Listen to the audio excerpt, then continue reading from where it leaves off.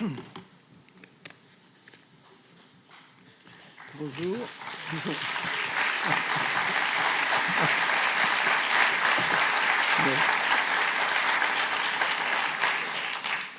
Bonjour, mesdames, messieurs. Je vous souhaite la bienvenue dans cette assemblée générale du groupe LVMH.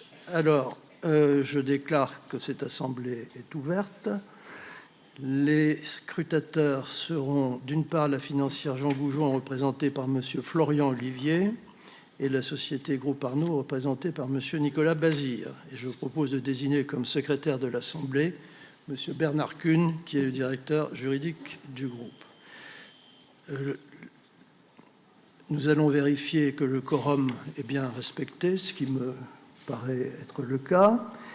Tous les documents légaux ont été déposés à votre attention, conformément à la loi, et les questions écrites, nous les traiterons juste avant la question de la salle. Et M. Bernard Kuhn les abordera donc un peu plus tard. Je vous informe également de la présence dans la salle d'un huissier afin de veiller au bon déroulement de l'Assemblée. Et l'ordre du jour de cette Assemblée et les résolutions vous ont été communiquées. Cette Assemblée se déroule avec préalablement une consultation pour connaître vos attentes. On verra quelques clips à ce sujet tout à l'heure. Et les documents légaux ont été tenus à votre disposition. Bon, maintenant, avant de passer la parole à M. Guilloni, je voudrais juste rappeler que les résultats que nous allons évoquer et approuver dans cette Assemblée pour l'année 2018 marquent un nouveau record pour votre groupe, avec des ventes proches de 47 milliards, un résultat opérationnel courant qui dépasse pour la première fois les 10 milliards, un cash flow disponible de 5,5 milliards et un ratio d'endettement de 16%. Voilà, maintenant, M. Guilloni, directeur financier du groupe, va vous donner plus de détails sur ces chiffres.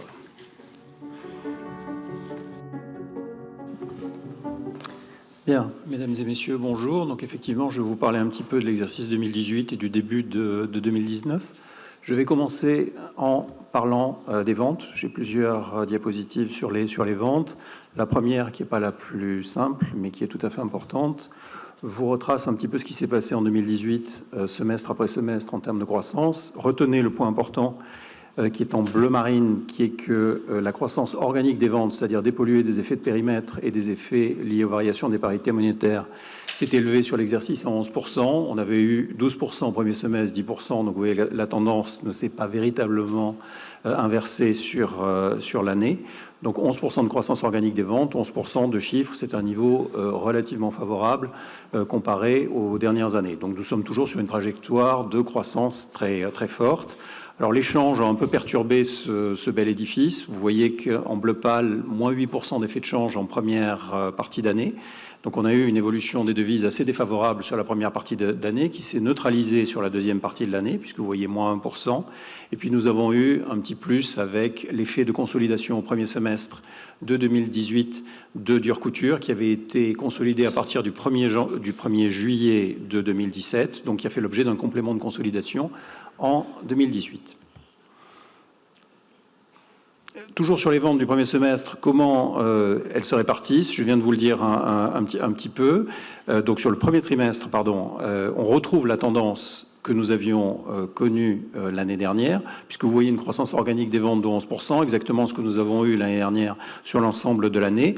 Pour le coup, pas d'effet périmètre, puisque l'acquisition de Dior est maintenant définitivement derrière nous et intégrée dans les comptes du groupe LVMH. Et un impact des devises de 5%, pour le coup favorable, donc qui a joué dans l'autre sens. Nous avons eu des devises qui se sont légèrement appréciées par rapport à la même période de l'année dernière, qui avait été assez défavorable. En gros, $1 à 1,14, alors qu'il était à 1,18 ou 1,19 en moyenne l'année dernière. Donc un effet favorable des devises. Donc une progression globale des ventes au premier trimestre de cette année de 16%, alors que la croissance organique est de 11%, toujours à ce niveau de deux chiffres extrêmement intéressants. Je reviens sur 2018, répartition des ventes. Je vous montre ce tableau tous les ans, il évolue assez peu. Vous voyez qu'on a à peu près un gros quart de nos ventes en Europe avec 29%, un quart aux États-Unis avec 24%, et l'Asie représente à peu près un tiers des ventes, le reste étant différents pays, le Moyen-Orient et l'Amérique latine. Le poids des États-Unis a un peu baissé sous l'effet des parités monétaires, mais dans l'ensemble, ces pourcentages évoluent relativement peu.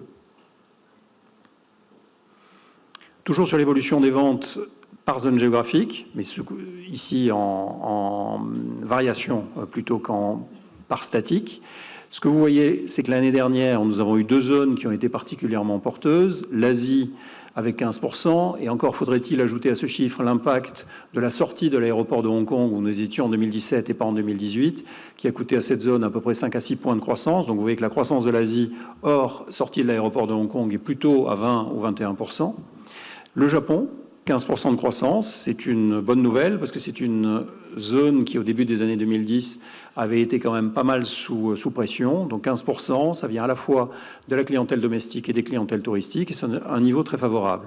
Les États-Unis restent avec 8% à un niveau tout à fait élevé, proche de la croissance à 2 chiffres. C'est à peu près les conditions commerciales que nous connaissons depuis une petite dizaine d'années, et on n'a pas vu, même sur la fin de l'année, même s'il y a eu, notamment dans la distribution sélective, un tout petit ralentissement lié à un calendrier des promotions différent de l'année précédente, nous n'avons pas vraiment vu de modification de l'environnement aux États-Unis. Et enfin l'Europe avec 7%. Vous savez que l'Europe, c'est à la fois la clientèle locale, mais aussi la clientèle touristique, notamment en provenance d'Asie et dans une moindre mesure des États-Unis, un niveau favorable de 7%. Dernier slide sur les ventes par groupe d'activités. Alors, ce que vous voyez là, c'est que nous avons eu pas mal de groupes d'activités à 2 chiffres, à commencer par la mode et maroquinerie, 15% de croissance. Il n'y a pas dans ces 15% l'effet de la consolidation sur année pleine de Dior. C'est le chiffre dépollué de cet impact qui ne se reproduira pas. Les parfums et cosmétiques et les montres et joailleries à 12%. Ce sont des niveaux élevés en valeur absolue par eux-mêmes et relativement à l'univers concurrentiel qui sont tout à fait favorables.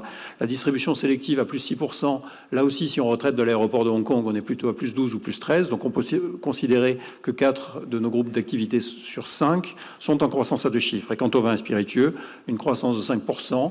Gros ralentissement volontaire et non pas subi en fin d'année, compte tenu de la volonté de garder des stocks pour la période du début de 2019, qui est importante, notamment en Asie. Alors j'en viens maintenant au compte de résultats proprement dit. Je ne reviens pas sur les ventes, donc 10%, je vous ai expliqué, là on est en euros, je vous ai expliqué un peu comment ça s'était passé de différentes manières. Vous voyez que la marge brute a progressé de 12%, donc niveau un peu supérieur à la progression des ventes. Elle s'établit à 66,6% des ventes, ce qui est un niveau très favorable, qui s'est amélioré de 1,3% par rapport à l'année dernière.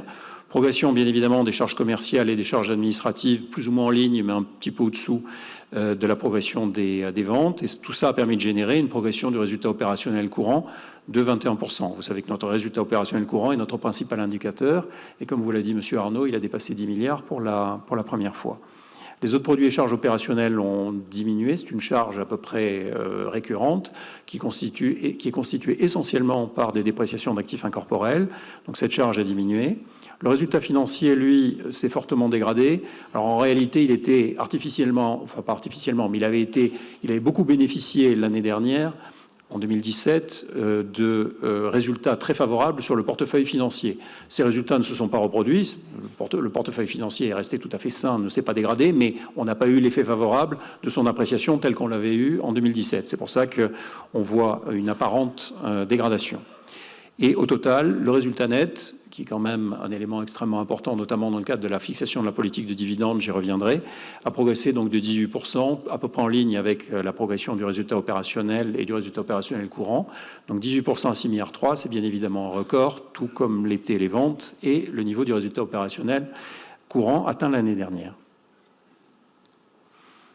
Toujours sur le résultat opérationnel courant, comment il se répartit par groupe d'activité.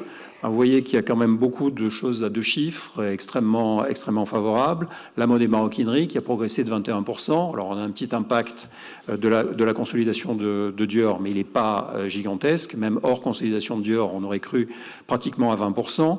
Les parfums et cosmétiques, croissance plus rapide que celle des ventes en euros, donc amélioration de la marge. Le chiffre de montres et joaillerie se passe de commentaires, plus 37% d'augmentation, 200 millions en valeur absolue, c'est tout à fait significatif. Et la distribution sélective, notamment DFS, a connu une année absolument record et a vu une très très forte amélioration de sa marge. Quant au vin spiritueux, le chiffre peut paraître moins important, mais il est quand même tout à fait significatif. En euros, les ventes ont été à peu près stables, et malgré cette stabilité, ce groupe d'activité était capable d'augmenter sa profitabilité de 5%. Toujours une slide sur le résultat opérationnel courant, c'est la dernière. Ce résultat, qu'est-ce qui s'est passé? Vous voyez plusieurs choses sur ce graphique. La première, c'est l'effet périmètre qui est au milieu en gris foncé, 151 millions, c'est l'addition essentiellement de Dior sur le premier semestre de 2018. La deuxième chose, c'est l'impact des devises. Vous voyez que ces chiffres ont l'air très favorables et très faciles à faire, mais on les a quand même fait avec un vent contraire assez considérable au niveau des devises. En matière de résultats opérationnels courants, les devises nous ont coûté 439 millions. Donc avec des devises stables, on aurait eu 439 millions de résultats supplémentaires. Donc on a réussi, et c'est ce que vous voyez dans la colonne croissance organique, on a réussi, nos opérations et nos opérationnels ont réussi à dégager 2 milliards de résultats supplémentaires. Une partie a certes été absorbée par les devises, mais vous voyez qu'il en reste, puisque le résultat est passé de 8,2 milliards à 10 milliards. Un mot sur le bilan, un mot rapide, parce que la structure du bilan évolue relativement peu. Les capitaux propres font en gros la moitié du total de bilan. Nous avons, je reviendrai sur la dette financière nette dans une seconde, nous avons des lignes de crédit confirmées pour 4 milliards qui ne sont pas tirées, donc une très grande liquidité qui nous permettra de faire face notamment aux acquisitions qui ont été conclues, à l'acquisition de Belmont qui a été conclue à la fin de l'année. Donc pas grand-chose à dire sur l'évolution du bilan. Plus important peut-être sur la diapositive suivante, l'évolution du cash flow disponible et de l'endettement. Alors commençons par l'endettement qui est en bleu foncé. Vous voyez qu'il a pas mal baissé. On a enregistré 1,7 milliard de diminution de notre dette l'année dernière. Comment ça s'est produit ? On a eu 5,4 milliards, enfin 5,452 milliards comme vous le voyez sur la diapositive, 5,4 milliards de cash flow disponible, donc vraiment notre excédent opérationnel propre, qui a été absorbé en partie par 3 milliards de dividendes et par 800 millions d'opérations diverses, des achats de titres LVMH en particulier. Donc le net de tout ça, ça fait 1,7 milliard que vous retrouvez sur la baisse de l'endettement. Vous voyez que le niveau de ce qu'on appelle gearing, c'est-à-dire le ratio de l'endettement net sur les fonds propres est de 16%, ce qui était tout à fait favorable et qui revient à peu près au niveau, ou pas loin, qu'on avait connu avant l'acquisition de Christian Dior Couture. Dernier tableau, celui du dividende que nous proposons au vote de l'Assemblée générale aujourd'hui. C'est un dividende global de 6 €. Vous savez que 2 € d'acompte ont d'ores et déjà été acquittés au mois de décembre 2018, donc un dividende final de 4 €, en augmentation significative, comme vous le voyez, par rapport à l'année dernière. Ce dividende représente à peu près, comme nous essayons de le faire tous les ans, la moitié du résultat net que j'ai évoqué tout à l'heure. Je vous remercie pour votre attention.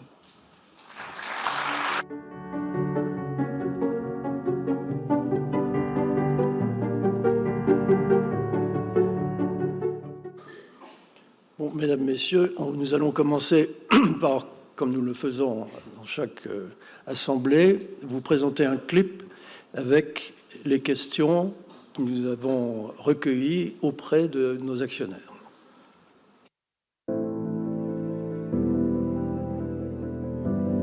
Dans un monde en perpétuel mouvement, les enjeux économiques, environnementaux et digitaux deviennent de plus en plus significatifs. En votre qualité d'actionnaire du groupe LVMH, vous vous interrogez sur sa stratégie pour naviguer dans ce contexte mouvant et incertain. Quelles sont les conséquences des mouvements sociaux en France sur l'image et les résultats du groupe ? Comment le groupe capitalise-t-il sur son développement dans le contexte volatile du secteur du luxe ? Quels sont les impacts des relations actuelles entre la Chine et les États-Unis sur ces perspectives ? Tourné vers l'avenir, vous vous montrez particulièrement intéressé, à l'occasion de cette Assemblée générale, par les perspectives sur les moyens et long terme. Vous êtes nombreux à vous interroger sur la diversification des activités du groupe. en particulier vers le secteur de l'hôtellerie. Vous êtes également curieux de sa stratégie de développement à l'international, et particulièrement en Chine. Quels sont les marchés les plus porteurs de croissance pour les prochaines années? Selon vous, la recherche de l'excellence, le savoir-faire et la créativité correspondent aux 3 valeurs fondamentales pour LVMH. À ce sujet, vous vous interrogez sur la politique de l'emploi du groupe et sur les dispositifs de formation mis en œuvre. Comment LVMH s'organise-t-il pour transmettre son savoir-faire à la française aux jeunes générations?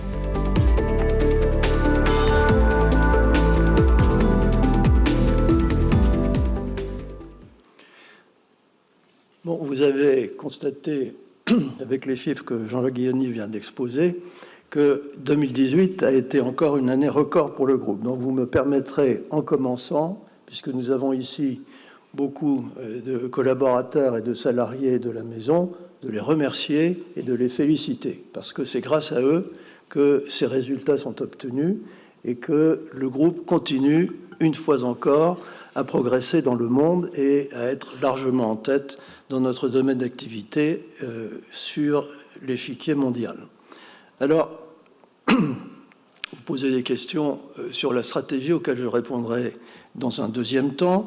Je voudrais d'abord passer brièvement en revue les activités de l'année 2018 dans nos différents domaines d'intervention. D'abord, parlons des vins spiritueux. Les vins spiritueux qui sont une activité en plein développement, qui ont connu en 2018 une excellente performance, qui ont réussi à augmenter leur production. C'est là l'enjeu principal de nos entreprises de vins spiritueux, c'est arriver à produire plus pour faire face à la demande qui s'intensifie à la fois en Europe, aux États-Unis et dans la partie asiatique du monde. Nous avons en particulier une très grande réussite avec le cognac, puisque vous savez que la marque Hennessy est la première marque au monde de cognac de très loin, le concurrent étant direct, étant lui-même une très belle entreprise, mais 4 fois plus petite, et que bientôt, je crois, dans le courant de cette année, la marque Hennessy deviendra certainement la première marque de spiritueux au monde, toutes catégories confondues. J'ajoute qu'en 2018, les vendanges ont été particulièrement bonnes, que donc ça augure bien de l'avenir, et que nous avons réussi à progresser avec les qualités les meilleures. Nous y étions hier en Champagne, on a pu tester avant de commencer une réunion de travail. Nous n'allons pas tout consommer parce que autrement le travail aurait été plus difficile. Les 4 dernières cuvées de Dom Pérignon, et je dois dire que c'est assez extraordinaire. Et d'ailleurs, là aussi, nous n'avons pas suffisamment de flacons pour satisfaire la demande. On a réussi aussi à visiter, je cite au passage, le château historique de Moët-et-Chandon, qui s'appelle Saran, qui a été fermé pendant quelques années et qui vient d'être rénové. C'est assez réussi, je dois dire, et ça va être inauguré au mois de mai. Donc je invite tous nos actionnaires, quand ils seront de passage dans la région de Champagne, les invite à aller visiter ce château emblématique dans lequel nous recevons les clients, les restaurateurs, les journalistes du monde entier pour leur montrer tous les produits Moët Hennessy de la Champagne. Donc, une activité très soutenue. N'oublions pas nos vins d'exception, Cheval Blanc, Yquem, Le Clos des Lambrais et Colguin, qui, eux aussi, font actuellement l'objet d'une recherche particulièrement vive sur les marchés. En effet, ces qualités extraordinaires, comme le vin est un secteur qui se développe, et le vin de grande qualité, nous avons là aussi un potentiel qui se développe et une capacité de production limitée. Et j'ajoute que nous avons lancé récemment un vin en Chine, hein, on était en Chine il y a quelques semaines, qui lui aussi, en Chine, obtient un très grand succès et qui est fabriqué avec, qui est vinifié avec les techniques importées de la région de Bordeaux et qui est appelé, je pense, à un très très grand avenir, compte tenu du marché chinois, bien entendu. Un vin chinois vendu à des Chinois, c'est quelque chose qui plaît énormément et la qualité est tout à fait exceptionnelle. Peut-être que dans quelques années, on pourra le faire goûter à nos actionnaires pendant le cocktail, mais cette année, on n'a pas assez de bouteilles.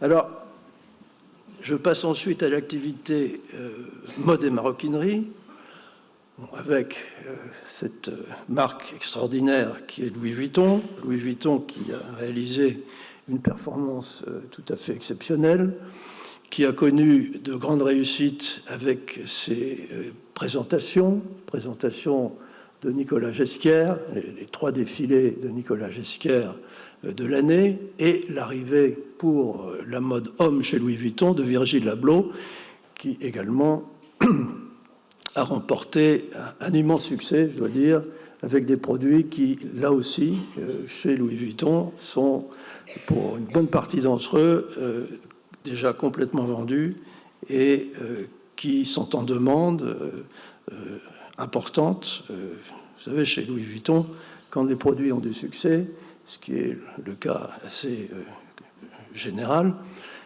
ces produits se vendent, hein, on les vend, c'est comme les bouteilles de Romanée Conti, on les vend au prix de Louis Vuitton, et au bout de quelques heures, de quelques jours, on les retrouve sur Internet avec des prix nettement supérieurs. Bon, ce n'est pas l'objectif, hein, mais ça montre quand même la désirabilité extraordinaire de cette marque et la capacité que l'on a de créer avec nos créateurs emblématiques et avec les équipes de Michael, de Delphine, des produits qui, année après année, ont cette qualité et cette créativité absolument unique. Bon, je pourrais m'étendre là-dessus, je reviendrai un peu dessus tout à l'heure, mais je dois dire que dans l'année 2018, le succès a été formidable, et pour la première fois, et nous ne le referons plus, mais nous avons indiqué que le chiffre d'affaires a dépassé les 10 milliards. Voilà, ce qui est quand même une performance assez extraordinaire. Je me rappelle en 89, hein, quand je suis arrivé, parce que cette assemblée aujourd'hui, c'est la 30e. Et bon, c'est bien que maintenant il faut prendre sa retraite très jeune, mais je ne suis pas certain que ce soit le meilleur choix d'une manière générale, à la fois pour les finances publiques ou pour l'expérience dans les entreprises. Hein, moi, je dis toujours que quand je monte dans un avion, je préfère que le pilote ait des cheveux blancs plutôt que de trouver quelqu'un de trop jeune. Enfin bref, ça c'est un autre sujet, mais je crois qu'en 88, Louis Vuitton a réalisé l'équivalent de 500 millions de chiffre d'affaires. Et voilà. Donc en quelques années, on a réussi à l'augmenter. Et oui, nous avons évidemment aussi en permanence le souci d'améliorer nos boutiques, hein, qui sont, je crois, assez magnifiques. Vous avez certainement, pour une bonne partie d'entre vous, visité celle de la place Vendôme, qui est tout à fait emblématique. Mais en 2018, on en a ouvert plusieurs, dont une qui est extraordinaire, que j'ai vue il n'y a pas longtemps, en Californie, dans un centre qui s'appelle South Coast Plaza. Peut-être que Marie-Josée, vous l'avez visité, elle est formidable, elle est magnifique. On en a ouvert une à Sloane Street, à Londres, que j'ai visité avant-hier, là aussi magnifique. On en a ouvert à Shanghai, à Monaco, etc., etc. Alors, soulignons aussi, en 2018, que c'est la première année complète de Christian Dior couture chez LVMH. Bon, c'est une année qui est bien partie en 2018, qui s'accélère encore en 2019. Là aussi, notre créatrice rencontre ses clients et son nouveau directeur, Pietro, avec lequel elle collabore bien puisqu'ils sont tous les deux italiens. Et nous avons en 2018, également chez Dior, la nouvelle collection Homme de Kim Jones. Là aussi, c'est un grand succès. Je suis désolé, je passe en revue des choses qui marchent très bien. Je sais bien que c'est plus facile, mais j'en ai assez peu qui marchent assez mal. Donc voilà, là aussi, on pourrait rentrer dans le détail de ce qui a été fait, la toile de Jouy iconique de M. Dior, qu'il avait inventé lui-même au début du lancement en 1947 de sa maison, qu'on a ressorti, grand succès, etc., etc. Bon, et les autres marques de mode. Ah oui, alors un événement très important en 2018, c'est l'arrivée de Hedi Slimane dans la marque Céline. La marque Céline, qui est maintenant dirigée qui est intégrée dans le Fashion Group, qui est entre les mains de Sidney Toledano, qui, après avoir dirigé Dior pendant des années maintenant, dirige plusieurs entreprises. Et là aussi, grand succès. Hedi Slimane, qui est un créateur exceptionnel, qui a réussi chez Dior Homme à faire un succès mondial, et qui là est bien parti avec des collections féminines, des collections masculines. Le dernier défilé femmes qu'il a réalisé, qui a été défilé Place de la Concorde, était sensationnel. Et on a déjà dans les boutiques, alors que les produits ne sont pas arrivés, des listes d'attente pour acheter les produits. J'espère simplement qu'on arrivera à en fabriquer suffisamment. Voilà, et les autres marques, bon, je passe parce qu'il y en a beaucoup. Givenchy, Loewe, grand succès aussi. Notre créateur J.W. Anderson est exceptionnel et a réussi à nous créer des croissances étonnantes dans cette marque. Bon, un mot au passage évidemment sur Fendi, où là nous avons eu la grande tristesse du départ de Karl, qui était l'âme de cette maison depuis de nombreuses années. C'est sans doute la plus longue coopération qu'il y ait jamais eu entre un créateur et une maison. Donc il laisse chez Fendi un héritage incroyable. Et nous allons d'ailleurs, au mois de juin, faire un défilé à Rome en hommage à Karl, en reprenant toutes ses créations de sa période chez Fendi. L'Europiana en Italie continue à bien se développer. Et voilà pour la mode et maroquinerie. Les parfums et cosmétiques ont également, en 2018, rencontré un grand succès. D'abord, Christian Dior qui connaît une dynamique remarquable, avec plusieurs lancements, le parfum Joy, une nouvelle campagne de publicité, vous avez vu une partie du film avec Charlize Theron pour J'adore, le succès du parfum Sauvage, succès mondial. C'est un des premiers parfums du monde, et ça sera probablement dans les années qui viennent le premier parfum homme au monde, tout à fait remarquable, avec Johnny Depp qui l'illustre dans la communication. Les maquillages qui également ont rencontré un très grand succès, et qui le rencontrent depuis toujours d'ailleurs, puisque c'est la première marque de maquillage de rouge à lèvres au monde, etc. Guerlain également réalise un très beau parcours avec le succès de l'abeille royale. Je vous invite toutes les actionnaires qui parmi vous à essayer ce soin qui est assez remarquable. Et le rouge G, oui, en maquillage, qui est aussi très bien. Voilà. Un mot au passage sur Rihanna, qui a été lancée par Sephora avec la marque Fenty. Le make-up et maintenant tous les produits dérivés, bientôt le soin, qui poursuit un succès imprévu, je veux dire, à ce stade, à ce niveau de taille pour une marque qu'on a lancée de zéro il y a 2 ans. Les montres et joailleries ne sont pas en reste.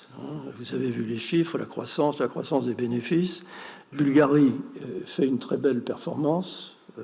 Bulgari qui gagnent des parts de marché, dont les lignes traditionnelles, classiques, Serpenti, Diva, Lucea et Octo. Lucea, ce sont les montres féminines. Octo, c'est la montre ultra plate pour hommes, qui est tout à fait incroyable.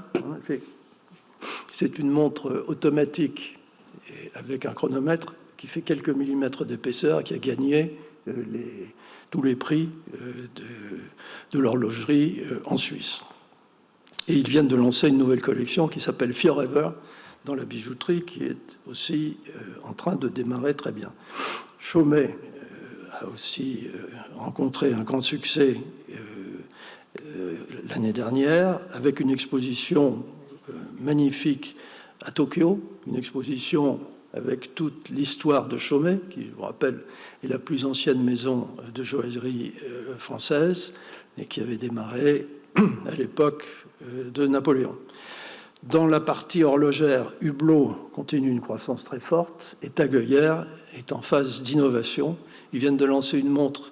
S'il y a un certain nombre de golfeurs parmi vous, je vous invite à regarder, où vous pouvez trouver sur cette montre connectée tous les parcours de golf, la plupart des parcours du golf du monde entier, et vous pouvez, en jouant, voir où va votre balle, combien de distance il reste jusqu'au trou, etc., avec un écran sur votre montre en 3 dimensions qui vous permet de localiser le parcours. Et bon, je ne sais pas si on peut en trouver parce que ça a déjà été pratiquement survendu. Distribution sélective, donc Sephora. Bon, Sephora, avec Chris, nous habitue à des performances incroyables. En 2018, ça n'a pas failli. Grande performance, centaines de nouvelles boutiques, dont le nouveau magasin de Nanjing Road à Shanghai, qui est un très grand succès en Chine, et les premiers magasins qui ont été transformés à l'enseigne Sephora en Russie. Le bon marché, qui aussi, avec M. Wagner, accentue son développement et qui réussit à caracoler en tête dans les progressions des grands magasins parisiens, et qui a lancé une plateforme digitale qui s'appelle 24 Sèvres et qui est en train de se développer, et DFS enfin, DFS qui progresse grâce aux excellentes performances en Asie, mais également en Italie, à Venise, et qui maintenant est assez rentable compte tenu du fait que les concessions déficitaires de Hong Kong ont été abandonnées l'an dernier. Un mot pour terminer cette partie sur Belmont, qui est cette entreprise hôtelière que nous avons acquis, dont le closing a été fait d'ailleurs cette semaine, avec des hôtels, vous devez connaître pour une partie, qui sont magnifiques. En Italie, il y a cet hôtel de Venise qui s'appelle le Cipriani, il y a l'hôtel de Portofino qui est aussi magnifique, il y a un hôtel en Sicile, etc., etc. Donc des hôtels remarquables, nécessitant sans doute un peu d'investissement, mais qui vont dans la ligne de la recherche d'expérience qui intéresse beaucoup nos clients aujourd'hui. Parce qu'aujourd'hui, les clients dans nos métiers, ils veulent, j'y reviendrai tout à l'heure, ils veulent non seulement les produits de la meilleure qualité et des produits créatifs, mais ils veulent aussi des expériences. Et quelquefois, c'est aussi intéressant d'aller passer un week-end à l'hôtel Cipriani avec le train Orient Express pour aller jusqu'à Venise que d'acheter une belle robe. Enfin, c'est des choses que les clients maintenant arbitrent. Et ils veulent également, et j'y reviendrai, du sens dans leur fréquentation de nos marques.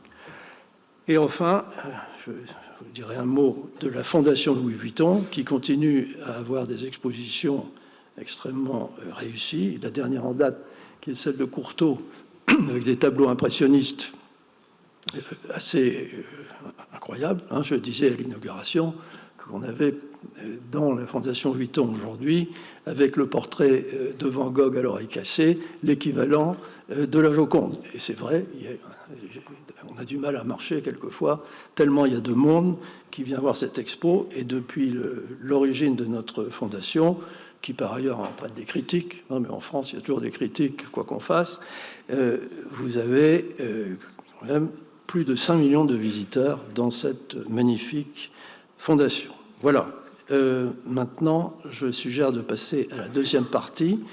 Et avant d'aborder de manière un peu plus détaillée la stratégie, vous avez aussi un petit clip.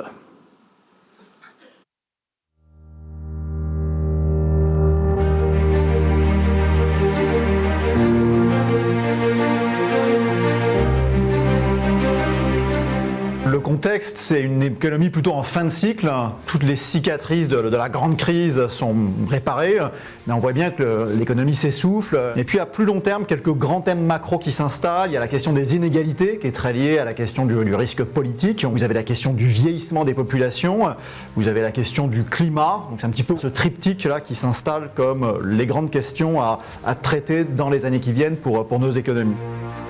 Nous, ce qu'on voit apparaître en tant qu'entrepreneur, c'est un monde qui évolue vers l'authenticité et ça reflète des problématiques qui sont à la fois sociales et environnementales. Ça veut dire un monde qui se soucie beaucoup plus de tout, qui a besoin de plus de traçabilité, qui a besoin de plus de comprendre ce qui se passe. Et ça se reflète dans nos métiers en tant qu'entrepreneur, dans le métier de l'innovation et dans l'authenticité qu'on va pouvoir créer dans les produits, dans les services de demain. Le luxe aujourd'hui tel qu'on le perçoit, en tout cas par ma génération, c'est avant tout une espèce d'objet qui doit faire l'exemplarité en fait. Et cette exemplarité, elle passe par de la responsabilité sociale, environnementale. Et c'est effectivement ça que je pense cette génération cherche. Ils cherchent du sens dans les produits, mais ils cherchent aussi du sens dans leur travail. Ils cherchent du sens dans tout ce qu'ils font. C'est quelque chose qui me semble être important pour l'industrie du luxe de demain. Ce retour à quelque chose de peut-être plus simple, plus transparent, plus authentique. Je dirais qu'il y a une tension entre deux forces majeures. Il y a la première qui est l'extension des classes moyennes à l'échelle mondiale, qui est la grande tendance sur laquelle l'industrie du luxe française a surfé avec succès. Je pense qu'il faut être très fin sur l'émergence des millennials et d'une sensibilité un peu nouvelle, un peu post-matérialiste. Un des enjeux spécifiques pour l'industrie du luxe, mais en particulier l'industrie européenne, c'est, je pense, d'arriver à jouer un rôle de corridor culturel avec les pays asiatiques, et en particulier la Chine. Et moi, comme professeur, j'ai beaucoup d'étudiants chinois. Ce qui me fascine toujours, c'est vraiment le niveau d'affinité culturelle très fort en réalité entre la France et la Chine.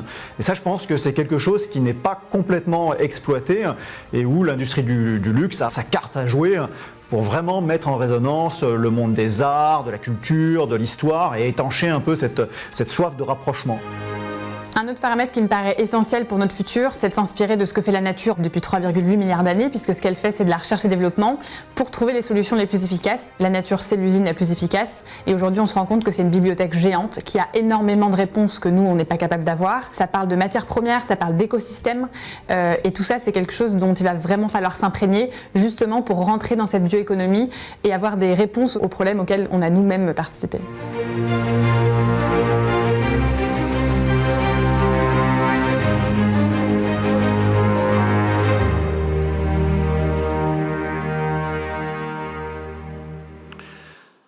Alors d'abord, sur l'économie générale et les tendances, je pense que le professeur qui parlait là a raison et je voudrais rapidement vous faire part de ma réflexion en ce qu'elle concerne le groupe pour les années à venir.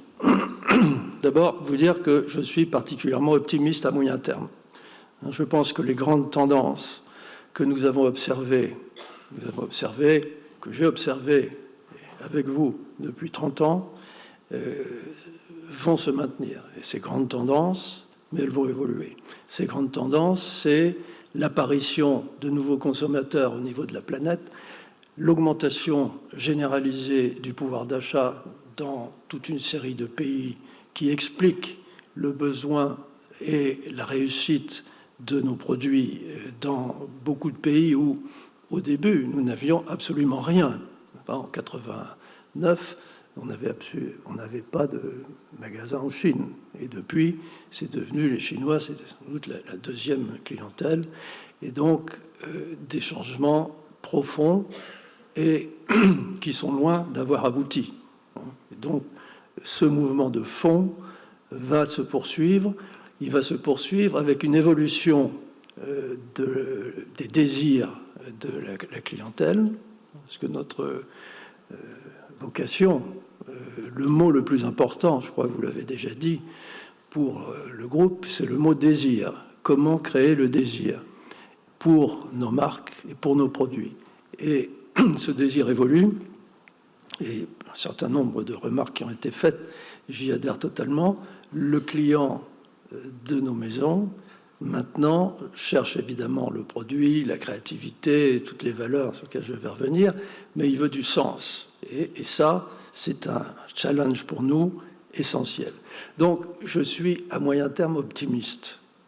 Et en revanche, à court terme, en tout cas à long terme, je suis très optimiste. À court ou plus moyen terme, je pense que, comme le dit ce professeur, la conjoncture mondiale ne peut pas rester ce qu'elle est sans passer à travers un soubresaut. On est en effet dans une situation que je n'ai jamais connue, et je mets en garde mes actionnaires ou les analystes financiers quand il m'arrive de leur parler, sur ce phénomène, quand même, de taux d'intérêt quasiment nul, voire négatif, puisque grâce à M. Guilloni, de temps en temps, on emprunte à taux négatif, c'est-à-dire que les banques nous prêtent et nous payent pour nous prêter. C'est quand même extraordinaire. Hein. J'ai rarement vu ça. Vous avez de l'argent qui coule à flot, donc il y a forcément des gens peut-être un peu moins avisés qui vont faire des erreurs qui peuvent être des erreurs majeures. Par ailleurs, l'endettement atteint des sommets, pas chez nous, mais dans bien des cas, et notamment dans toute une série de pays. Donc, que faire avec cet endettement? Alors, on garde les taux très bas, on attend, je ne sais pas quoi, mais bon, voilà. Et les variations monétaires qui vont un peu dans tous les sens. Il suffit qu'un accident se produise quelque part pour que tout ça se termine par une crise économique. Et moi, je suis absolument convaincu qu'on va en traverser, ce qui n'entame pas mon optimisme. Hein, parce que, je vous rappelle, donc, il y a 30 ans, ce groupe avait une market cap, comme on dit, une valeur boursière de 6 milliards. Bon, aujourd'hui, on a un peu plus. Et pourtant, on a traversé des crises assez majeures. Hein, les crises pétrolières, la crise des tours, la crise de 2008, etc. Mais les tendances de fond restent. Donc, pour résumer sur la conjoncture, je pense que nous devons, et je suis très optimiste à moyen long terme, et je pense qu'il ne faut pas s'attendre à ce que la situation mondiale, peut-être pas la France c'est toujours un peu à part, mais la situation mondiale quasi euphorique sur le plan économique continue comme ça, de manière ininterrompue pendant encore une dizaine d'années. Donc voilà. Alors, nos valeurs, vous les connaissez, hein, nos valeurs, c'est la créativité, c'est la qualité, c'est l'esprit d'entreprise, et maintenant, je vais en rajouter une, qui est la recherche de sens, voilà, qu'il faut analyser, sur laquelle il faut qu'on réfléchisse, et qu'il faut apporter à nos clients, à nos consommateurs, à nos partenaires. Et c'est très important, et d'ailleurs, la raison pour laquelle j'ai demandé à Yann Arthus-Bertrand de faire partie de notre conseil d'administration.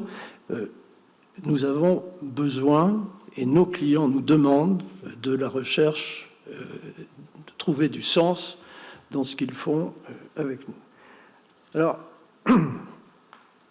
ce qu'on peut dire sur notre stratégie, en dehors de ces valeurs sur lesquelles je peux m'attarder, mais je ne voudrais pas passer trop de temps, hein, c'est que, d'abord, nous avons une vision à long terme.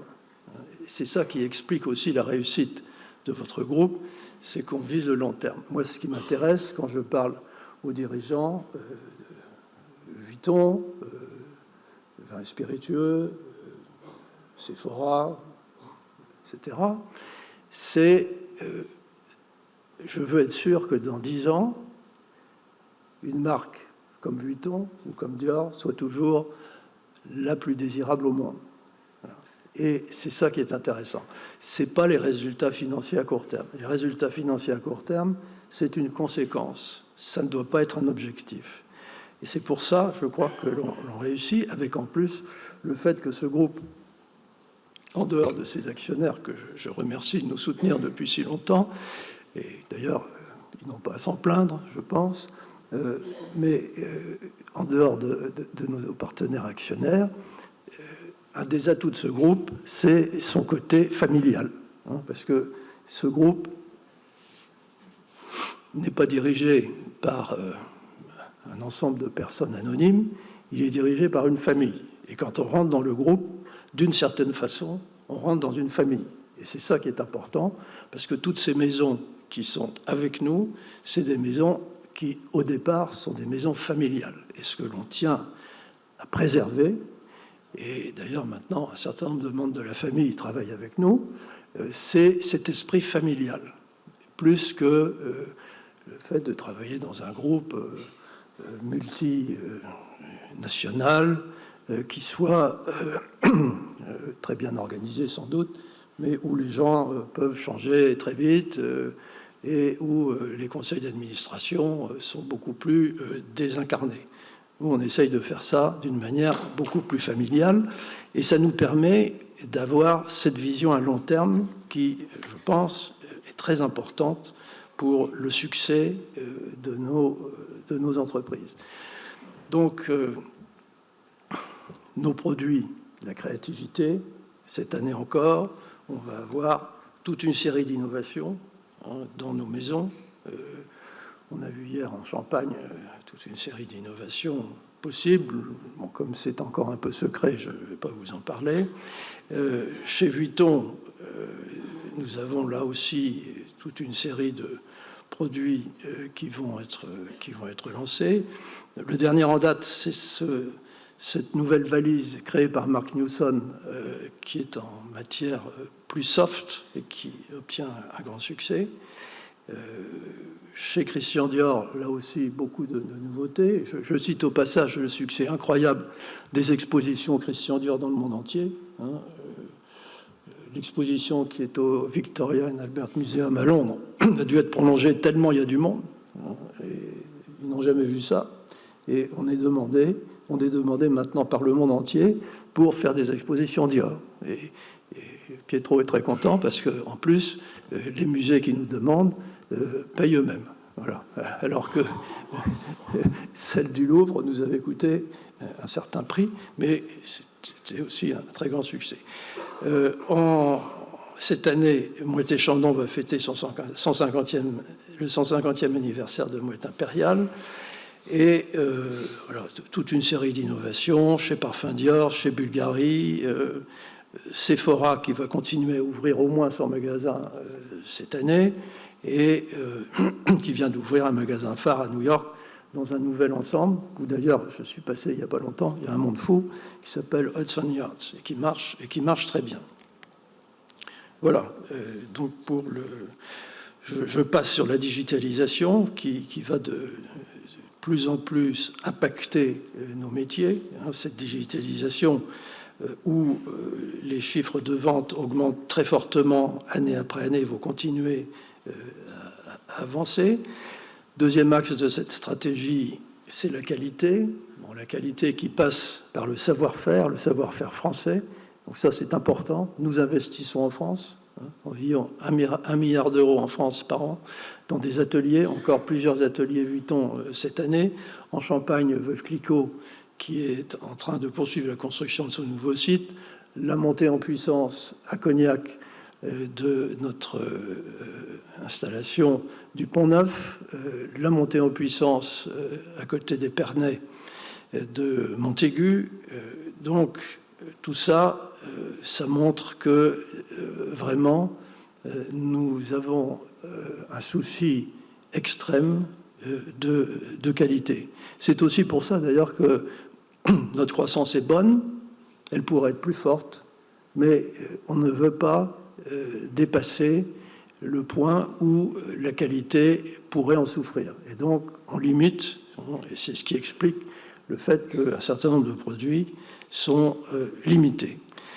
Et nous sommes très, très satisfaits et très fiers de voir que notre groupe est ancré dans le tissu économique français, avec tous ces investissements et donc les emplois créés. Je rappelle quand même qu'en France, parce que là aussi on a des critiques, bon, mais enfin, on doit être un des groupes qui embauche le plus. On a embauché près de 13 000 personnes l'an dernier.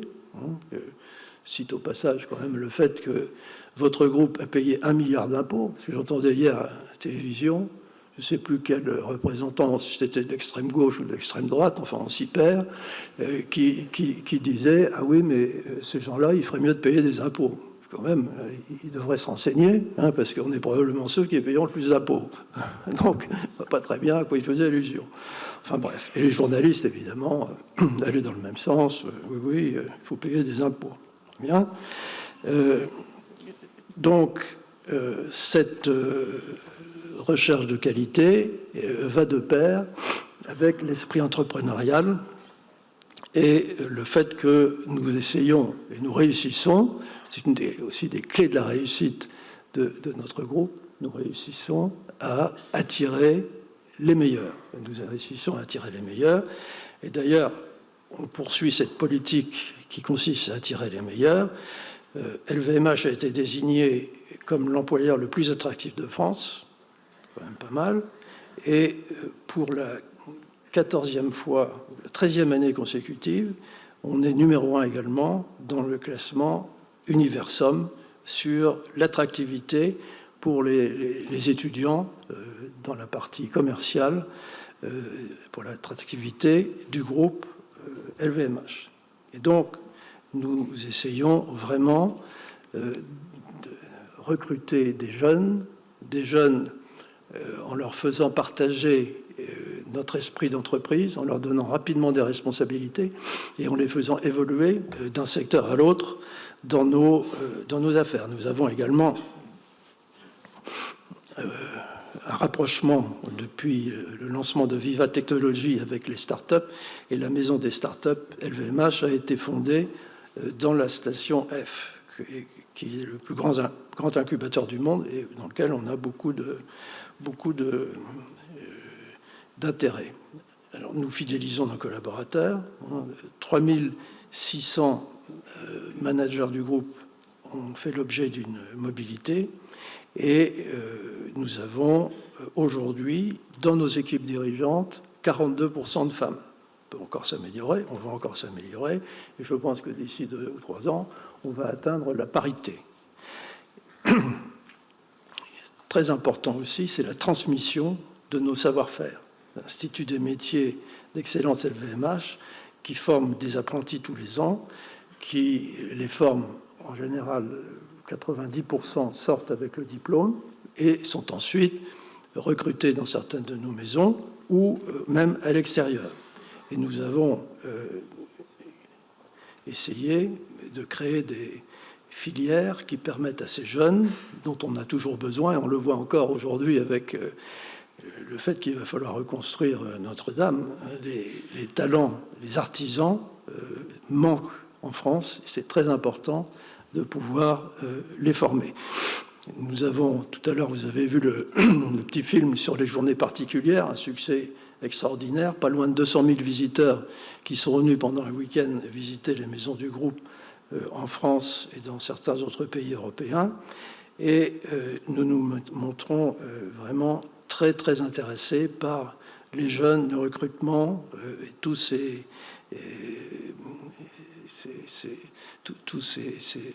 secteurs où on peut intéresser des jeunes et en faire vraiment des jeunes motivés. Parce que ce qui est assez frappant, c'est de voir que beaucoup de jeunes sont pleins de bonne volonté, mais ils ne savent pas quoi faire. Et ils ont, quand ils sont dans cette situation-là, ils ont tendance, ou ils peuvent malheureusement, mal tourner. C'est la raison pour laquelle on a noué un partenariat avec certaines villes de banlieue, considérées comme plus difficiles, par exemple Clichy-sous-Bois, où il y a des populations qui ne sont pas faciles, et nous essayons de faire une formation pour des jeunes qui sont un peu sortis, ou même complètement sortis du système, et pour leur apprendre les choses de base pour pouvoir travailler, et ensuite leur proposer des stages. Et nous avons commencé cela, et je pense que c'est intéressant et que nos actionnaires peuvent être fiers de cette action qui a un caractère social, mais aussi d'intérêt général très, très marqué.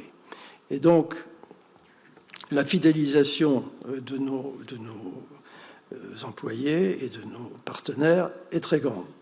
Alors, on le disait tout à l'heure, pour obtenir toute la qualité et la meilleure qualité dans nos produits, notre partenaire essentiel pour beaucoup de nos métiers, c'est la nature. Et donc, le groupe a un intérêt particulier dans l'écologie et tout ce qu'on peut apporter pour le développement durable, sécuriser les filières d'approvisionnement. Nous avons créé depuis 25 ans un centre d'expertise environnementale. Nous avons franchi un nouveau cap récemment avec LIFE 2020 et des objectifs très ambitieux pour toutes nos maisons.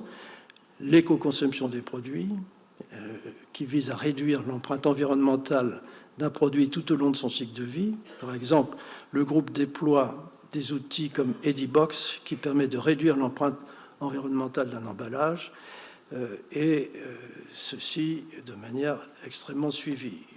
Nous cherchons également la traçabilité de nos matières premières, qui peut nous aider à assurer une chaîne d'approvisionnement responsable, et ceci se traduit par d'autres initiatives, par exemple la certification Leather Working Group, des tanneries qui fournissent les maisons en cuir. 5 nouvelles tanneries ont été certifiées en 2018, et notre volonté d'assurer une chaîne d'approvisionnement responsable peut soulever la question de l'utilisation du cuir dans certaines de nos affaires, et nous sommes en train de travailler également sur différentes recherches dans ce domaine.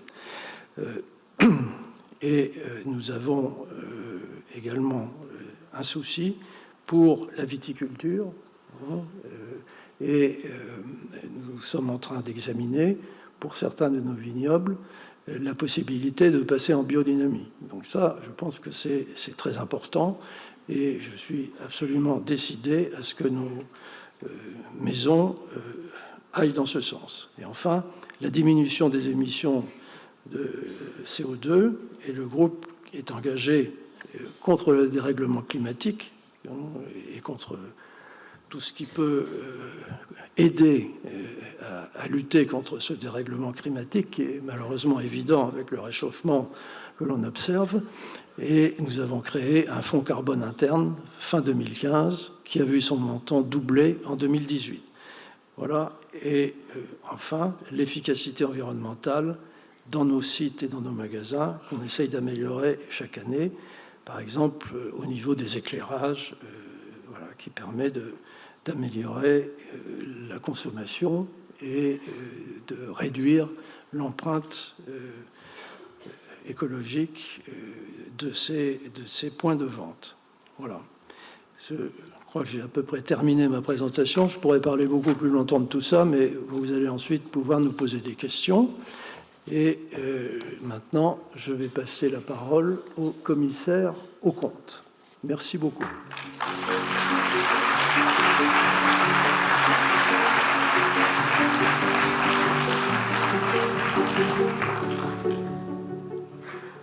Merci, Monsieur le Président. Mesdames et Messieurs les actionnaires, bonjour. J'ai le plaisir de vous présenter, au nom du Collège des commissaires aux comptes, les rapports que nous avons établis à votre attention. Ces rapports ont été mis à votre disposition par votre société. Comme le veut l'usage de cette Assemblée, je vous propose donc de ne pas les lire intégralement et de limiter mes commentaires aux rapports relatifs aux résolutions soumises à votre approbation aujourd'hui. Les rapports concernés sont au nombre de 7. 2 portent sur les comptes, 1 sur les conventions et engagements réglementés, et enfin, 4 rapports portent sur des opérations concernant le capital social. Je commencerai par notre rapport sur les comptes annuels qui font l'objet de la première résolution. Ces rapports ont été préparés selon les principes comptables français et nous avons considéré que l'évaluation des titres de participation ainsi que les provisions pour risques et charges étaient des points clés de l'exercice. En conclusion de nos contrôles, nous certifions les comptes annuels sans réserve. Je poursuivrai sur les comptes consolidés qui font l'objet de la deuxième résolution. Ceux-ci ont été préparés selon le référentiel IFRS. Nos contrôles ont pris en compte les spécificités et les caractéristiques de votre groupe en matière d'activité, d'organisation, de règles comptables et de contrôle interne. Nous avons considéré les sujets suivants comme étant les points clés de l'audit 2018. L'allocation du prix d'acquisition de Christian Dior Couture, l'évaluation des actifs immobilisés, l'évaluation des stocks et en cours, et enfin, les provisions pour risques et charges. En conclusion de nos contrôles, nous certifions les comptes consolidés sans réserve. Par ailleurs, nous attirons votre attention sur la note 1.2 de l'annexe au compte qui expose les impacts relatifs à l'application en 2018 de la norme IFRS 9 qui a essentiellement des effets sur le résultat financier, de la norme IFRS 15 qui est relative à la reconnaissance du revenu, ainsi que les effets attendus de la norme IFRS 16 relative au contrat de location et qui sera appliquée à compter du 1er janvier 2019. Concernant maintenant la 4e résolution de votre Assemblée générale, nous avons émis un rapport sur les conventions et engagements réglementés. La nouvelle convention ayant fait l'objet d'une autorisation préalable de votre conseil d'administration porte sur l'avenant de la convention d'assistance avec la société Groupe Arnaud. Les conventions et engagements que vous avez approuvés au cours des exercices antérieurs et qui se sont poursuivis en 2018 sont également présentés dans ce rapport. Enfin, au titre de la partie extraordinaire de votre Assemblée générale, nous avons émis 4 rapports concernant des résolutions susceptibles d'affecter à l'avenir votre capital. Il s'agit d'opérations de réduction de capital, d'émission d'actions et de diverses valeurs mobilières avec maintien ou suppression du droit préférentiel de souscription, d'attribution d'options de souscription ou d'achat d'actions, ou d'émission d'actions ordinaires et de diverses valeurs mobilières de la société réservées aux adhérents d'un plan d'épargne d'entreprise. Nos rapports ne comportent ni remarques ni observations particulières sur ces opérations qui s'inscrivent dans les conditions prévues par le Code de commerce. Mesdames et Messieurs les actionnaires, Monsieur le Président, je vous remercie pour votre attention.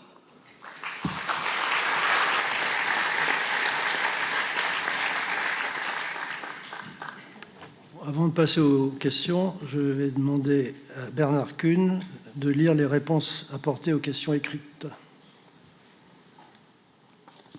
Notre société a reçu des questions de la part de 2 actionnaires. Le premier actionnaire, c'est l'association PETA, qui est propriétaire d'une action.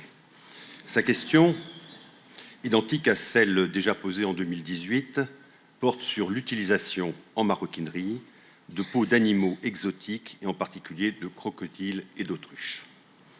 La réponse du Conseil est la suivante. LVMH réitère son attachement au respect des dispositions de la Convention de Washington de 1973 et veille à ce que les éleveurs et fournisseurs de peaux se conforment aux normes que le groupe a établies relativement au bien-être animal. À cet égard, et concernant les crocodiliens, depuis l'année dernière, LVMH a encore renforcé ses exigences en coopération avec des experts reconnus internationalement comme NSF International et en s'appuyant sur les travaux du Crocodile Specialist Group créé au sein de l'Union internationale pour la conservation de la nature, LVMH a instauré un dispositif inédit de certification et d'audit des éleveurs extrêmement contraignant. L'ensemble des fermes fournissant notre tannerie Henlong à Singapour seront certifiées avant la fin de l'année 2020. Concernant les cuirs d'autruche, les conclusions de l'audit conduit en 2017 chez notre principal fournisseur, qui représente 55% de nos approvisionnements, ont été satisfaisantes et un programme visant de nouvelles améliorations a été mis en place. En outre, en étroite coopération avec la South African Ostrich Business Chamber, LVMH œuvre activement à l'adoption prochaine par les fournisseurs de peau d'autruche d'un dispositif similaire à celui adopté par le groupe pour les cuirs crocodiliens. Le groupe LVMH déplore à nouveau l'attitude systématiquement dénigrante, quand elle n'est pas diffamante, que PETA manifeste à son endroit, alors que LVMH n'a de cesse de contribuer à l'amélioration du bien-être animal à tous les stades de la vie. Le second actionnaire ayant posé les questions, on a posé 4. La première question porte sur l'éventuelle mise en place d'une majoration de 10% du dividende pour les actionnaires inscrits au nominatif depuis au moins 2 ans. La réponse du conseil d'administration est la suivante. La mise en place d'un dividende majoré pour les actionnaires nominatifs détenant leurs actions depuis au moins 2 ans n'est pas à l'ordre du jour du conseil d'administration. Celui-ci rappelle que LVMH a une politique de distribution dynamique en faveur de ses actionnaires, le dividende correspondant à près de 50% du résultat net part du groupe. Au reste, l'évolution régulière du cours de bourse de l'action LVMH, qui a cru de plus de 500% en 10 ans, est plus que de nature à favoriser la fidélité à long terme des actionnaires du groupe. La seconde question porte sur la culture des domaines viticoles du groupe en biodynamie. La réponse du conseil d'administration est la suivante. LVMH, très attaché à une viticulture respectueuse de l'environnement, a conduit une réflexion approfondie sur l'adoption de la culture en biodynamie, en particulier pour ces 3 domaines d'exception que sont Cheval Blanc, Château d'Yquem et le Clos des Lambrets. Les experts s'accordent à considérer que la biodynamie peut, dans une certaine mesure, être adaptée à la Bourgogne, dont le climat est continental et les parcelles de taille réduite. Aussi, le groupe entend-il s'engager dans cette voie pour le domaine des Lambrets. La question est beaucoup plus délicate pour le vignoble bordelais en raison des fortes pressions humides qu'il subit du fait du climat océanique, favorisant les attaques de mildiou dont les effets sont dévastateurs. La culture en biodynamie requerrait certaines années une utilisation massive à titre de pesticides, de sulfate ou d'hydroxyde de cuivre, et les divers essais effectués dans le Bordelais n'ont pour l'instant pas été très concluants. Cela dit, à Cheval Blanc aussi bien qu'à Yquem, les équipes techniques pratiquent une viticulture durable, exemplaire, avec le souci constant de limiter son empreinte sur le sol, sur les hommes et sur l'environnement, notamment par le refus de recourir aux désherbants et plus généralement à toute molécule toxique. Ceci dit, j'ajoute qu'on va quand même étudier la question. Voilà. La troisième question de ce second actionnaire porte sur la recapitalisation du Parisien aujourd'hui en France en décembre 2018. La réponse du conseil d'administration est la suivante. Le Parisien a fait l'objet d'une augmentation de capital d'environ 80 millions d'euros qui traduit la conviction que le quotidien Le Parisien a toute sa place dans le paysage des médias français et qui doit permettre à ce titre de retrouver le chemin du développement et de la rentabilité. En revanche, le courrier fait également mention d'une seconde augmentation de capital qui serait intervenue au début de l'année 2019. Il n'y en a pas eu. La quatrième et dernière question porte sur la façade de la Samaritaine, sur la rue de Rivoli, dont l'auteur de la question considère qu'elle est sans doute à la pointe du progrès technique, mais que son esthétique contribue à la banalisation et à l'uniformisation du monde.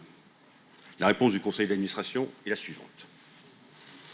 Aucun geste architectural de quelque ampleur n'ambitionne d'immédiatement séduire et convaincre tout le monde.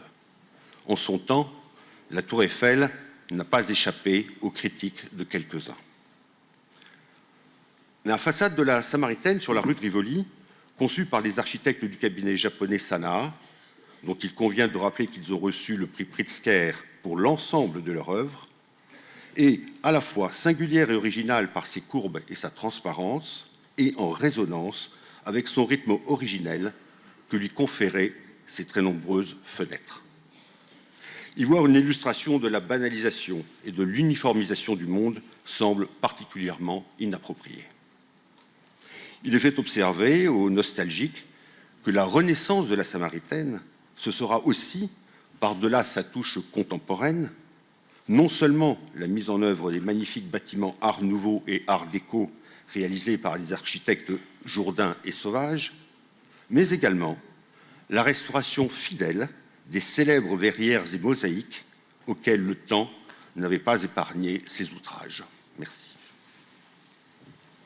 Il n'y en a plus? C'est fini? Bon. Alors maintenant, je suggère qu'on passe aux questions de la salle et j'invite les membres du comité exécutif à me rejoindre sur scène.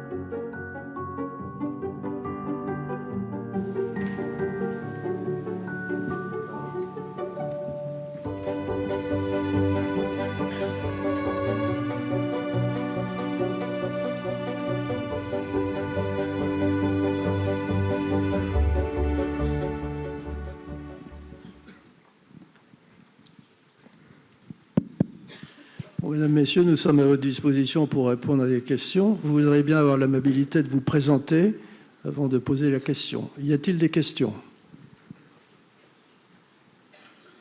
Oui. Numéro 1. Je sais. Mais bonjour, Monsieur le Président. Roger Tran, actionnaire, très vieux actionnaire. J'aurais 3 questions en ce qui concerne la société LVMH. Mais récemment, vous avez acquis mais la société Belmont. J'aimerais bien savoir comment allez-vous faire marier avec l'enseigne mais Cheval Blanc. Et d'autre part, mais quelle est votre politique mais en ce qui concerne mais les personnes qui ont plus de 50 ans et puis les très jeunes mais en banlieue, dans le 9-3 par exemple. Et d'autre part, je constate que depuis quelques années, il y a des contrefaçons sur les sacs mais Louis Vuitton. Alors, que j'aimerais bien savoir quelle est votre arme.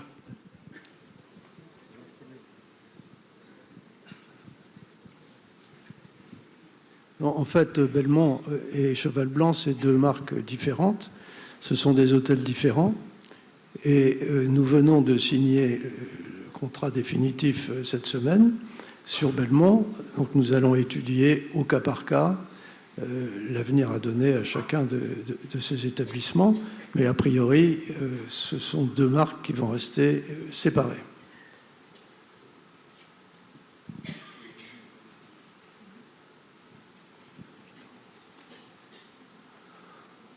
On essaye de marier chez nous l'expérience des seniors et le potentiel des jeunes. Et donc, comme vous l'avez vu, on arrive à être très attractif pour les jeunes et on essaye en permanence d'attirer des jeunes pour faire des stages, pour démarrer une fois qu'ils ont été successful dans leur stage dans certaines de nos entreprises. Et en leur donnant des parcours, et on essaye de recruter des jeunes à la fois de très bonne formation intellectuelle dans les grandes écoles du monde entier, où nous essayons également, pour, comme je l'ai dit, nos métiers artisanaux, de recruter des jeunes qui ont la fibre artisanale, ou même de leur donner cette fibre quand ces jeunes, quelquefois ça arrive, ne savent pas trop comment s'orienter, Et tout ça en étant formé par nos équipes d'expérience, voilà, et maintenant nos équipes expérimentées, voilà, qui ont 50 ans et plus, mais enfin on commence à être expérimenté même à partir d'une quarantaine, hein, M. Guioni, ça peut arriver, et donc on essaye de les former, et nous avons de plus en plus de jeunes qui sont attirés par le groupe, et voilà, on essaye de les former. Et alors la dernière question, la contrefaçon, bon, ça, on en est victime malheureusement depuis des dizaines d'années. Hein. C'est un peu la rançon du succès, à mesure où les produits contrefaits de Louis Vuitton, de Dior, on a même des produits de nos alcools qui sont contrefaits, et on lutte contre ça. Je crois qu'on a des actions très très fortes dans la plupart des pays où sévissent les contrefacteurs, avec un soutien, je dois dire, qui a tendance à s'améliorer dans un certain nombre de pays, hein, pour lutter contre ce fléau. Mais c'est toujours très difficile. Ces contrefacteurs sont souvent financés par des milieux qu'il vaut mieux pas fréquenter et qui sont, pour certains, proches de milieux terroristes parfois. Donc, il faut qu'on soit prudent pour les collaborateurs qui s'occupent de ça, mais on fait des procès partout dès qu'il y a apparition de contrefaçon. Mais c'est un fléau qui frappe toutes les marques françaises et européennes quand elles réussissent, et qui nécessite l'implication des États, et se fait petit à petit. Mais par exemple en France, on a beaucoup été aidé par les pouvoirs publics. Par exemple, sur les plages de la Méditerranée, il y a des années, quand on était sur une plage dans le sud de la France, on voyait passer des revendeurs avec sur le dos des tas de produits, la plupart des marques françaises. Et à l'époque, on se contentait, enfin, les pouvoirs publics se contentaient d'arrêter la personne, de la mettre en garde à vue pendant 24 heures, et qu'est-ce qui se passait? Au bout de 3 jours, il revenait avec les mêmes produits.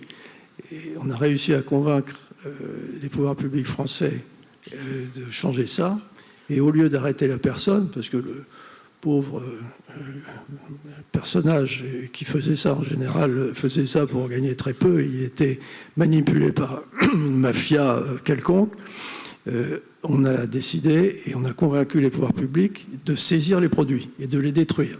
Et depuis qu'on a fait ça, vous constaterez vous-même que sur les plages du midi de la France, il n'y a plus ces gens qui circulent avec les produits sur le dos. En revanche, quand on passe la frontière avec l'Italie, là, il y en a encore partout.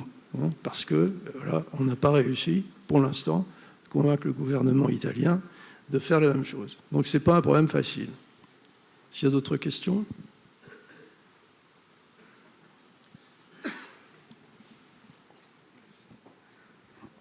Bonjour, je m'appelle Godfrey Dini, je suis le rédacteur en chef global de Fashion Network. Félicitations pour l'année très impressionnante, soit au niveau de chiffres et aussi de la créativité.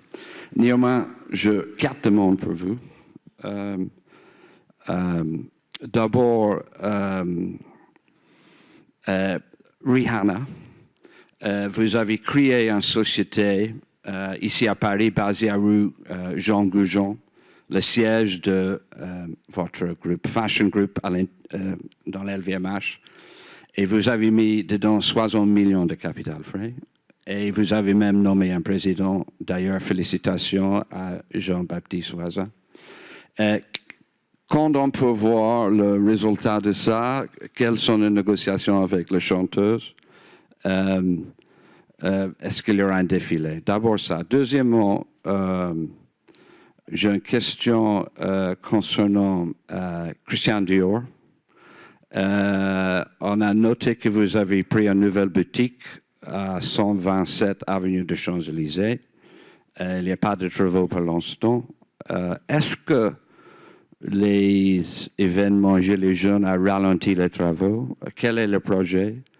On a entendu que vous allez peut-être arrêter votre siège, pas siège, excusez-moi, flagship boutique à Avenue Montaigne, montre que vous faites les travaux pour même installer un restaurant. Peut-être Pietro Beccari peut répondre à ces questions.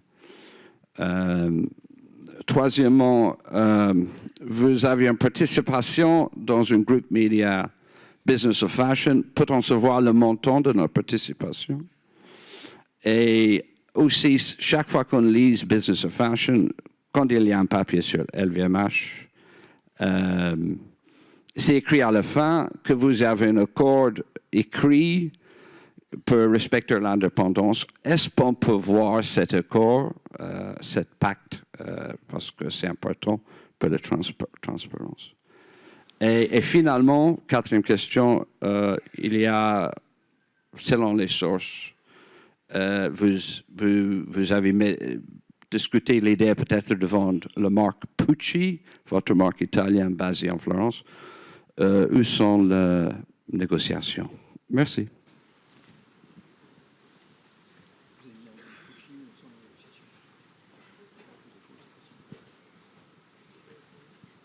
Oui, Rihanna. Bon, j'apprécie que vous soyez intéressé par Rihanna. Moi aussi. Hein, c'est une chanteuse extraordinaire. Mais on aime bien les surprises. Donc, je vous réserve une surprise. Voilà. Mais comme c'est une surprise, je n'en dirai pas plus. Je voulais répondre pour la boutique Christian Dior. Oui. Pour la boutique Christian Dior, bon, ça c'est facile. C'est une boutique temporaire qui sera utilisée pendant les travaux de l'avenue Montaigne, que l'on va rénover complètement. Alors, j'espère qu'au moment de l'ouverture de cette boutique temporaire, le problème des gilets jaunes sera réglé. On peut l'espérer. Sinon, on va attendre un peu. Voilà. Oui, Business of Fashion, c'est une vieille participation. On ne sait même pas de... Enfin, c'est très petit. Hein, c'est très petit. Et quant à Pucci, je ne sais pas d'où vient votre information, mais ça n'est pas exact. L'entreprise n'est pas à vendre. Est-ce qu'il y a d'autres questions? Oui.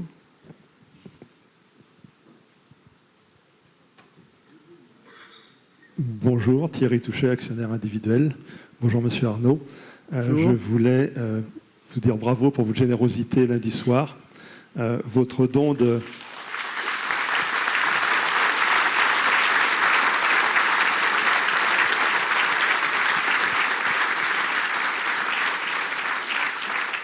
Votre don de 200 millions d'euros pour sauver ce chef-d'œuvre français et de renommée universelle qui est la cathédrale Notre-Dame m'a beaucoup ému, et manifestement aussi les actionnaires et presque tous les Français. Donc nous voyons depuis mardi surgir une polémique un peu stérile de la part de personnes qui contestent, et je voudrais savoir quelle est votre réponse à toutes ces personnes qui remettent en cause la sincérité de cette démarche. Merci beaucoup, Monsieur Arnaud. Bon, je crois que votre question, c'est sur la polémique, effectivement, que l'on voit poindre avec les économies fiscales qui font partie de la loi mécénat. Alors là, je suis très clair. Une partie de cette somme est donnée par la société familiale, et société familiale qui n'a pas de chiffre d'affaires, donc la loi en question ne s'applique pas. Et concernant LVMH, elle ne s'applique pas non plus, dans la mesure où nous avons déjà la Fondation Louis Vuitton qui utilise la loi mécénat au maximum possible. Donc il s'agit d'une fausse polémique, et je dirais c'est assez consternant de voir qu'en France, aujourd'hui, on se fait critiquer, même quand on fait quelque chose dont je crois les actionnaires ici, puisque vous en faites partie pour une moitié, hein, c'est LVMH qui pour une moitié va faire ce don, on fait une œuvre d'intérêt général. Ça fait partie, hélas, de ce que l'on peut voir dans certaines émissions de télévision où règne plutôt la mesquinerie et la jalousie que la recherche de l'intérêt général. Donc, si vous êtes satisfait, comme actionnaire du groupe LVMH, du don que nous faisons pour la reconstruction de cette église absolument unique et qui est un symbole éternel de la France, je vous invite tous à aller sur Internet et à faire part de votre consternation. En tout cas, moi, c'est le sentiment que ça m'évoque, de voir des critiques pour un acte, franchement, où dans beaucoup d'autres pays, on serait plutôt félicité. Voilà, merci beaucoup.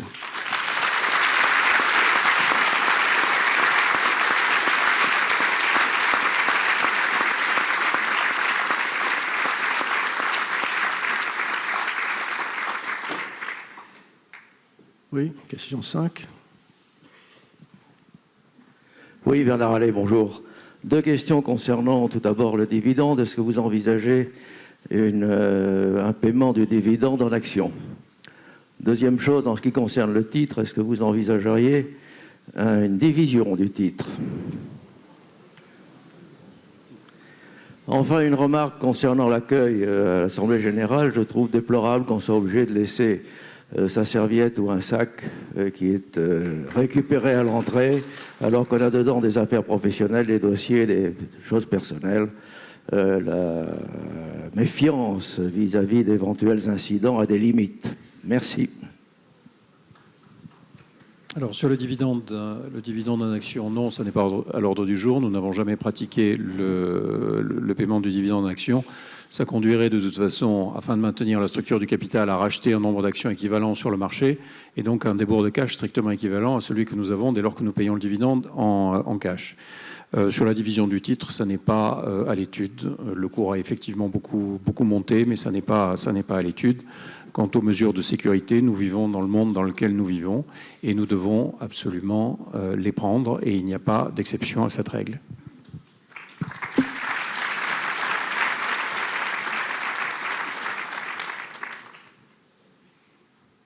Oui, question 9. Bonjour mesdames, messieurs, Marc Jacquemin, petit actionnaire depuis assez longtemps. Tout d'abord, bravo pour vos performances, pour votre esprit constructif, pour votre éthique et le travail de vos salariés.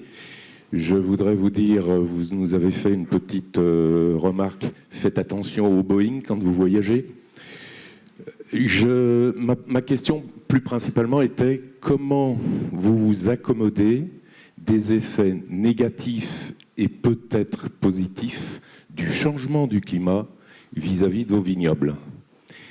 Et puis autrement, j'aurais un petit clin d'œil, puisque certaines personnes ont beaucoup d'attrait pour les gilets jaunes, vous serait-il possible d'en vendre dans vos magasins ?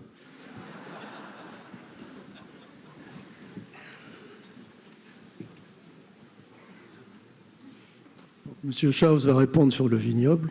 Oui, sur le vignoble, donc il y a des effets multiples que nous suivons dans toutes nos activités. Par exemple, en Argentine, nous avons des vignobles qui sont près de la cordillère des Andes et nous sommes en train de monter en termes de hauteur sur certains vignobles ou de changer les cépages par rapport au changement climatique. Dans d'autres régions comme la Champagne, pour le moment, le changement climatique a été plutôt positif par rapport à la qualité du raisin. Donc c'est très variable d'un endroit à l'autre. Nous suivons ça de très près. Nous sommes en train de développer un nouveau centre de recherche en Champagne pour accentuer notre travail de recherche et développement à ce sujet. Mais c'est un sujet que nous suivons de près et qui a donc des implications très différentes d'un cépage à l'autre, d'une région à l'autre et d'une partie du monde à l'autre. Oui, question 5. Monsieur Meslay, Édouard, je voulais intervenir tout à l'heure quand le monsieur a voulu féliciter monsieur Bernard Arnault. Je pensais que, étant donné le petit nombre de milliards que nous allons recevoir, que nous avons peut-être pour certains envie de faire aussi ce don Et je me demandais si la maison Louis Vuitton ne pourrait pas regrouper, c'est-à-dire accueillir nos dons et les regrouper, et qu'à un certain moment, s'associant à M. Bernard Arnault, les actionnaires ont donné peut-être un certain nombre de millions sur 3 milliards.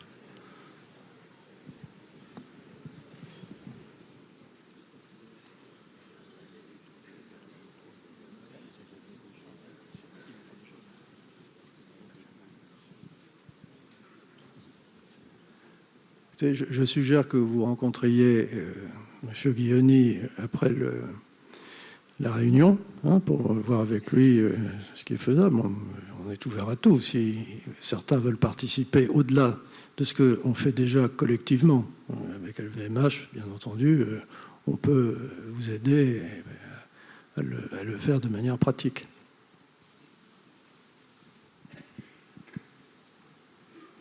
Encore une question là-bas. Oui, bonjour, Charles Luquet, actionnaire individuel. Tout d'abord, toutes mes félicitations pour les 568% de hausse depuis 10 ans et la constance de vos bons résultats. Trois questions, si vous voulez bien. C'est pas garanti que ça dure éternellement. Tout à fait. Et donc, justement, j'avais une question à ce sujet, la petite dernière. Donc, d'abord, concernant la concurrence des marques chinoises. J'ai lu qu'il y avait des groupes hongkongais, par exemple Chow Tai Fook, apparemment le Tiffany chinois, ou d'autres groupes. Est-ce que c'est une menace pour nos marques? Seconde question, concernant les lois anticorruption en Chine, quel est le véritable impact sur les comptes? A priori, ça ne se voit pas. Est-ce que c'est une vraie menace? Troisième question, les menaces de Trump sur donc, la taxation de certains produits. Est-ce que c'est un risque pour vous, et si ça devait se passer, est-ce qu'il y aurait des conséquences significatives sur nos résultats? Et enfin, une petite dernière, seriez-vous acheteur en bourse aujourd'hui, et en particulier du titre LVMH? J'ai vu que vous aviez acheté aux alentours des 350, 360 durant la crise du mois de décembre. Aujourd'hui, qu'en est-il? Merci beaucoup.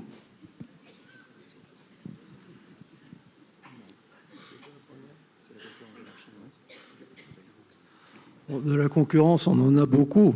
Pour l'instant, la concurrence la plus directe, ce ne sont pas vraiment des marques chinoises, c'est plutôt des marques françaises et des marques européennes.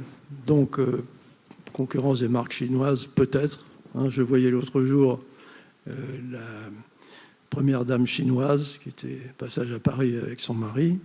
Et elle était habillée, d'ailleurs très bien, par un créateur chinois. Donc peut-être. Mais vous voyez, ce qui compte aussi, c'est l'histoire des marques. Et quand un client aujourd'hui veut acheter un produit d'une marque, il regarde son histoire, il regarde, on parlait tout à l'heure du sens, on regarde ce qui est le mythe fondateur. Bon, je pense qu'il s'écoulera un certain temps avant que des marques chinoises puissent rivaliser avec un mythe fondateur comme celui de Vuitton qui date du début du milieu du 19e siècle. Vous voyez, donc je ne suis pas extrêmement inquiet. Et les lois anticorruption en Chine, c'est plutôt positif, parce que ça assainit les comportements, ça permet de travailler de manière plus ouverte, et comme vous l'avez noté, ça n'a pas d'impact vraiment sur nos produits, sur nos ventes de produits, sur les marchés, etc. Les droits de douane, bon, ça, il vaut mieux essayer de négocier avec l'administration américaine pour trouver un moyen de les éviter. Ça n'a pas encore été décidé, c'est juste une menace. Donc on va s'employer à essayer de négocier. Ouais, les achats de titres, je ne sais pas quoi vous dire. Moi j'en achète en permanence depuis 30 ans, mais il ne faut pas forcément suivre ce que je fais. Parce que par moment, j'en achète, après ça baisse. Et comme je suis là, pas pour l'éternité, mais pour le long terme, ça m'est un peu égal. Oui, question 5. Bonjour, Blandine Godot, actionnaire individuel.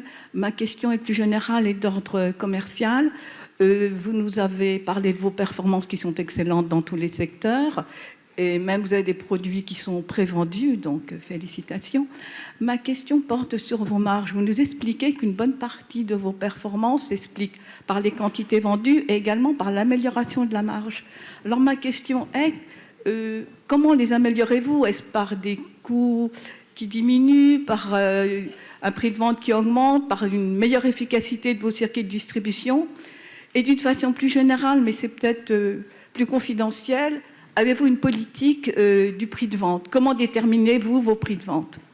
Puisque vous nous avez dit que sur Internet, vos produits étaient vendus plus cher que vous ne les vendiez. Donc voilà, c'est une interrogation, mais c'est peut-être du domaine confidentiel.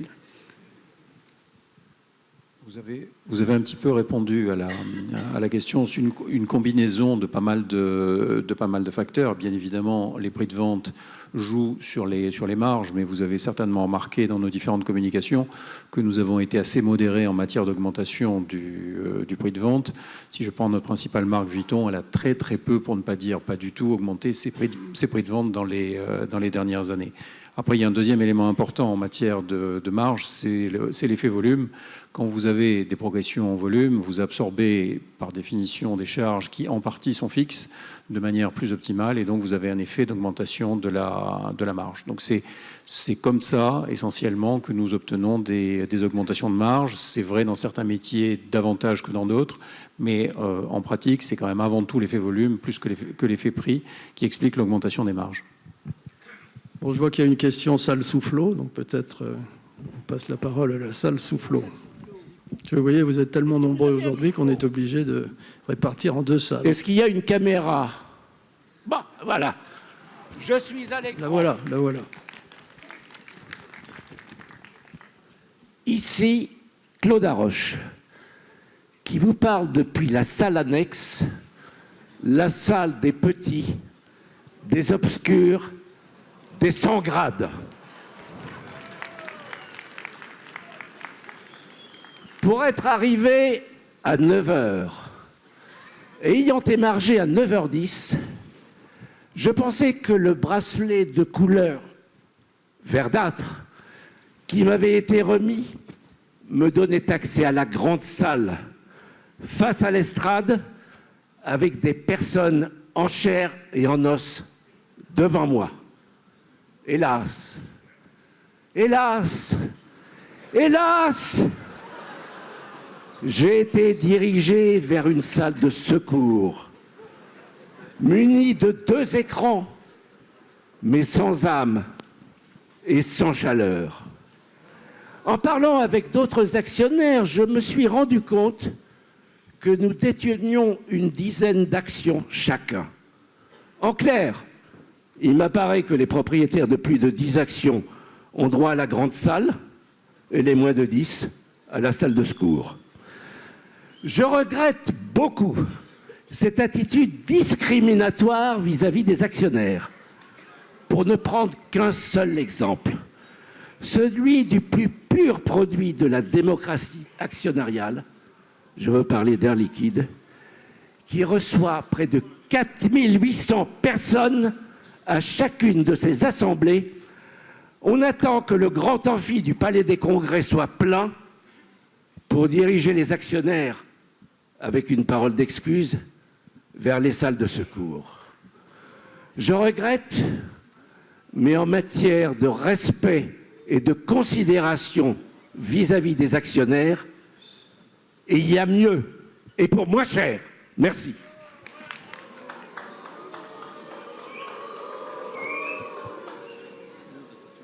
Alors, on prend une dernière question dans la salle.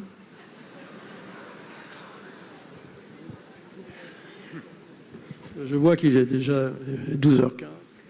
Bon, Monsieur le Président, on vous félicite pour le résultat de vos interventions. Au sujet, monsieur, tout à l'heure, un actionnaire proposait de la division du titre. Et si j'ai bonne mémoire, dans les derniers instants de vie du franc, vous aviez le titre valait à cette époque aux environs de 5 000 francs. et vous les aviez divisés en 3, par 3, ce qui m'a permis d'avoir un plus grand nombre d'actions. Et je crois que ça avait été associé également par une très bonne idée, que je pense que vous trouvez c'est une bonne idée, de l'attribution d'une action pour 10 actions. Hein? Alors, je ne sais pas ce que vous en pensez. Alors ça, c'est ma première question. La deuxième question, vous avez cité à Hong Kong, vous avez, je sais pas bien, j'ai pas bien compris de ce dont il s'agissait, mais j'ai cru comprendre que c'était un de vos représentants, enfin une de vos maisons, enfin un de vos revendeurs qui vous avait abandonné. Voilà. Concernant les actions, écoutez, monsieur, je reprends votre idée. Quand le cours sera à 5000, on pourra en reparler. À Hong Kong, c'est la concession DFS, la concession duty free, qui a été que l'on a rompue l'année dernière parce qu'elle était déficitaire. Et depuis, les résultats de DFS se sont pas mal améliorés. Voilà. Mesdames, Messieurs, je vous remercie. Alors maintenant, on va passer au vote, si vous voulez bien.